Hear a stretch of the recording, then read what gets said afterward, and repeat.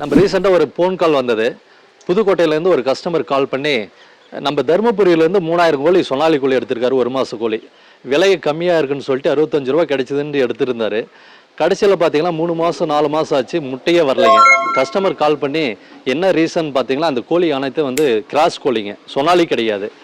நான் எதுக்காக சொல்கிறேன்னா, தரமான சொனாலி கோழி ஒரிஜினலாக இருக்கிறத பார்த்து வாங்க. இந்த ஒரிஜினல் கோழி எப்படி கண்டுபிடிக்கணும், எப்படி ஐடென்டிஃபை பண்ணணும்னு சொல்கிறேன்.